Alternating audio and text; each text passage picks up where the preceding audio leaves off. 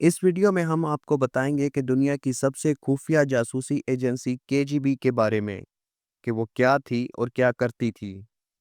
KGB एक Russian word है जिसका इंग्लिश में मतलब कमिटी फॉर स्टेट सिक्योरिटी है। 1945 में सर्द जंग के शुरुआत से लेकर 1991 में सोवियत यूनियन के टूटने तक केजीबी दुनिया भर में जासूसी कार्रवाइयां करने वाली दुनिया की सबसे बड़ी जासूसी एजेंसी मानी जाती थी। इसे सोवियत यूनियन की चीफ इंटेलिजेंस एजेंसी के तौर पर भी जाना जाता था। सोवियत यूनियन के अंदर 12 रिपब्लिक आते थे, जिनमें Russia, Armenia, Azerbaijan, Byelorussia, Estonia, Georgia, Kirghizia, Latvia, Lithuania, Moldavia, Tajikistan, Turkmenistan, Ukraine, Kazakhstan और उज़्बेकिस्तान शामिल हैं। केजीबी के दो हिस्से थे, एक इंटेलिजेंस सर्विसेज और दूसरा मिलिट्री यूनिट।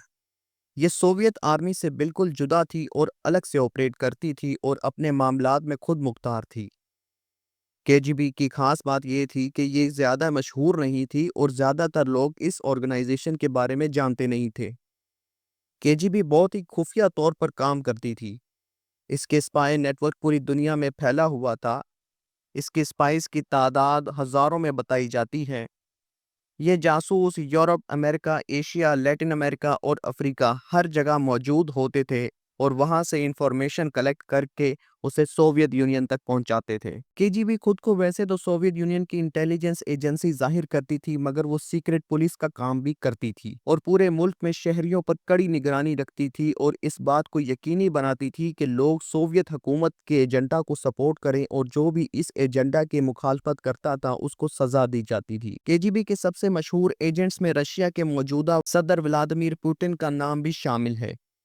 केजीबी के एजेंट्स इंतहाई खुफिया तौर पर ऑपरेट करते थे। ये अंदरूने मुल्क और बैरूने मुल्क दोनों जगह पर ही बहुत कामयाब थे। केजीबी के बारे में कहा जाता है कि जोसेफ स्टालिन को केजीबी के एजेंट्स के बारे में कम और यूएस और यूके के एजेंट्स के बारे में ज्यादा मालूम होता था। केजीबी के एजेंट्स हजारों की तादाद में दर्जनों मुल्कों में इंटेलिजेंस गैदरिंग का काम करते थे। एक वक्त में केजीबी दुनिया की सबसे बड़ी इंटेलिजेंस एजेंसी बन गई थी। केजीबी ने यूएसए और यूरोप में भी अपने पंजे गांठ रखे थे और वो वहां से खुफिया मालूमात सोवियत यूनियन तक पहुंचाती थी, जिसमें अमेरिका की न्यूक्लियर और स्पेस प्रोग्राम की खुफिया मालूमात भी शामिल थी। सर्द जंग के दौरान मुख्तलिफ मुल्कों ने एटॉमिक बम जैसे खतरनाक हथियार बनाने की तैयारी शुरू कर दी थी। उस वक्त तक मैक्स प्लान और आइंस्टाइन जैसे साइंसदान भी यूरोप में मौजूद थे, मगर यूरोप के खराब हालात की वजह से ये साइंसदान यहाँ से शिफ्ट होकर यूके और यूएस से चले गए। इन्हीं में से एक साइंसदान क्लॉस फोर्शल भी थे, जिनका ताल्लुक जर्मनी से था। क्लॉस पहले जर्मनी से यूके गए और वहां से अमेरिका, जहां वो एटॉमिक बम बनाने के प्रोजेक्ट में शामिल हो गए, जिसे मैनहट्टन प्रोजेक्ट भी कहा जाता है। क्लॉस की मदद से अमेरिका दुनिया में पहला मुल्क बना जिसने एटॉमिक बम बनाया, मगर बाद में इस बात का इंकशाफ हुआ कि क्लॉस भी केजीबी के खुफिया एजेंट थे और वो अमेरिका से सारी इंटेलिजेंस केजीबी के साथ शेयर कर रहे थे, जिसकी मदद से सोवियत यूनियन ने भी 4 साल बाद एटॉमिक बम तैयार कर लिया। इस वाकये के बाद अमेरिका ने अपने मुल्क में मौजूद रूसियों पर पहरेदारी तेज कर दी, मगर इसके बावजूद भी वो केजीबी का कुछ नहीं बिगाड़ सके। इसी जमाने में यूएसए की नेवी ने आरपा नेट के नाम से एक कंप्यूटर नेटवर्क डिजाइन किया था, जिसका मकसद खुफिया डॉक्यूमेंट्स को एक जगह से दूसरी जगह हिफाजत के साथ मुंतकिल करना था। यही आरपानेट आगे चलकर इंटरनेट की बुनियाद बना। जब अमेरिका ने अपोलो स्पेस मिशन को अनाउंस किया तो सोवियत यूनियन को लगा कि अमेरिका शायद खला में कोई बम नस्ब करना चाहता है। केजीबी ने आरपानेट को हैक करके वहां से अपोलो मिशन के बारे में इंफॉर्मेशन निकाली, जहां से उनको पता चला कि अपोलो मिशन कोई मिलिट्री मिशन नहीं है। अपोलो मिशन से हासिल होने वाली इंफॉर्मेशन की मदद से सोवियत यूनियन ने अपना खुद का स्पेस शटल बनाया, जिसे बुरान नाम दिया गया। ये space shuttle American space shuttle से ज्यादा अच्छा और एफिशिएंट था। मुल्क के अंदर केजीबी को जर्मनी की सीक्रेट पुलिस गुस्टापो से कंपेयर किया जाता था। केजीबी की बढ़ती कार्रवाइयों से तंग आकर यूएसए के सेनेटर जॉन मैकार्थी ने कांग्रेस में केजीबी की बढ़ती हुई एक्टिविटीज को लेकर सवाल उठाया, जिसकी वजह से यूएसए में भी इन्वेस्टिगेशन तेज हो गई। कई लोगों को अरेस्ट किया गया, कुछ को सजा भी हुई। कहा जाता है कि इन इन्वेस्टिगेशन के नतीजे में तकरीबन 10,000 लोगों को अमेरिका में अपनी नौकरियों से हाथ भी धोना पड़ा। जॉन एंथनी वॉकर भी ऐसे ही केजीबी के एजेंट थे। जॉन एंथनी वॉकर भी ऐसे ही केजीबी के सीक्रेट एजेंट में शामिल थे, जिन्होंने 1960 की दिहाई में यूएसए की नेवी की खुफिया मालूमात सोवियत यूनियन को ट्रांसफर की, जिसकी वजह से यूएसए की नेवी को काफी नुकसान उठाना पड़ा और उसकी सारी नकलो हरकत का सोवियत यूनियन को पहले से ही इल्म हो जाता था। ऐसे ही एक दिलचस्प कहानी केजीबी के स्पाई हरमन साइमन की है, हरमन ने 1966 में बगैर अपनी फैमिली को बताए सोवियत पुलिस को ज्वाइन किया, जहां वो इस्टोनिया में काम करते थे। 1995 में उन्होंने डिफेंस मिनिस्ट्री ज्वाइन कर ली, जहां वो तरक्की करते करते 2001 में नेशनल सिक्योरिटी अथॉरिटी के सरबराह बन गए। वहां उनकी जिम्मेदारी इस्टोनिया और उसके इत्तेहादियों के दरमियान होने वाली खुफिया मवासलात की हिफाजत करना होता था। इसके साथ वो रियासती राजों के तहफ़्फ़ुज़ के भी ज़िम्मेदार थे। ये महकमा खुफिया मालूमात तक रसाई जारी करने और बैनुल-अक़वामी तंज़ीमों बशमूल नेटो, यूरोपीय यूनियन और एस्टोनिया के दीगर दिफ़ाई शराकतदारों से मवासला मालूमात को सँभालने का भी ज़िम्मेदार था। इसने यूरोपीय यूनियन और नेटो की मालूमाती तहफ़्फ़ुज़ के निज़ाम वज़ा करने में भी हिस्सा लिया।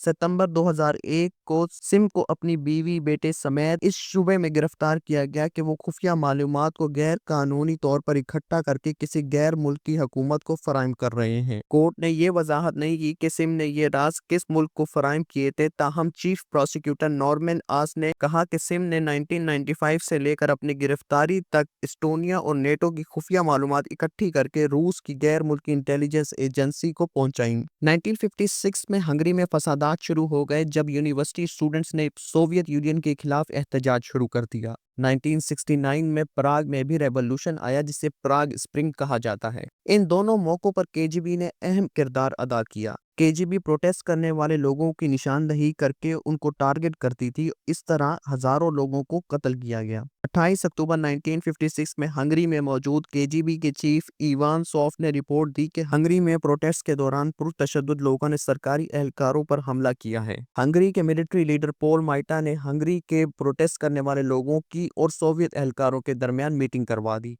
लेकिन इस बातचीत के दौरान रात को पोल माइटा ने हंगरी के लीडर्स को गिरफ्तार करवा दिया।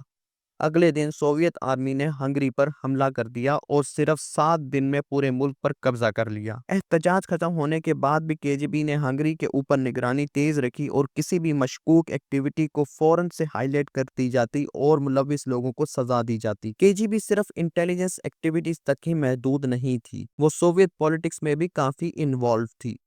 1964 तक सोवियत यूनियन के सरबराह निकिता क्रुश्चेव पर बुरा वक्त आने वाला था।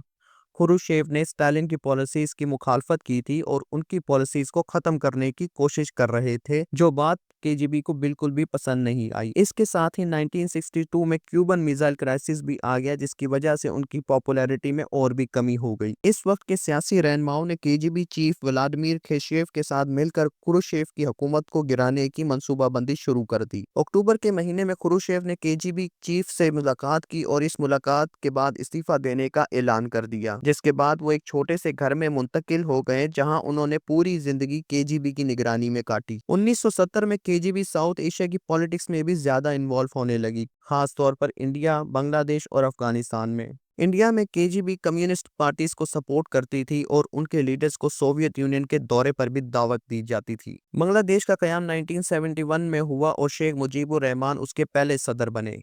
2 साल बाद शेख मुजीबुर रहमान ने बांग्लादेश को वन पार्टी स्टेट बना दिया और केजीबी का असर रसूख और भी ज्यादा बढ़ गया। मगर 6 महीने बाद ही शेख मुजीब को उनकी फैमिली समेत कत्ल कर दिया जाता है, जिसके बाद केजीबी के इन्फ्लुएंस में काफी कमी आने लगती है। बांग्लादेश के नए सदर ज़ियाउर रहमान अमेरिका और यूरोप के ज्यादा करीब समझे जाते थे। इसी दौरान केजीबी ने अफगानिस्तान में भी मुदाखलत शुरू कर दी। केजीबी हाफिजुल्लाह अमीन की प्रेसिडेंसी से ज्यादा खुश नहीं थी, जो अमेरिका के ज्यादा करीब समझे जाते थे और मुसलसल अमेरिका से राब्ते में थे। सोवियत आर्मी ने अफगानिस्तान पर हमला किया, जिसे स्टॉर्म 33 कहा जाता है, और इस हमले में हाफिजुल्लाह अमीन को कत्ल कर दिया गया और इसी तरह अफगानिस्तान रशिया वार शुरू हो गई, जिसके आखिर में सोवियत यूनियन को रुसवाई उठाकर बाहर निकलना पड़ा। मगर इसके बावजूद भी केजीबी के चीफ व्लादिमीर खुरुशेव ने उस वक्त के सोवियत लीडर मिखाइल गोर्बाचेव की हुकूमत का तख्ता उलटने की कोशिश की, जो कामयाब ना हो सकी, और इसके साथ ही केजीबी का इख्तिताम भी हो गया। केजीबी के बाद एफएसबी नाम की एजेंसी वजूद में आई। हैरत की बात यह है कि रशिया के सदर व्लादिमीर पुतिन भी एफएसबी के सरबराह रह चुके हैं।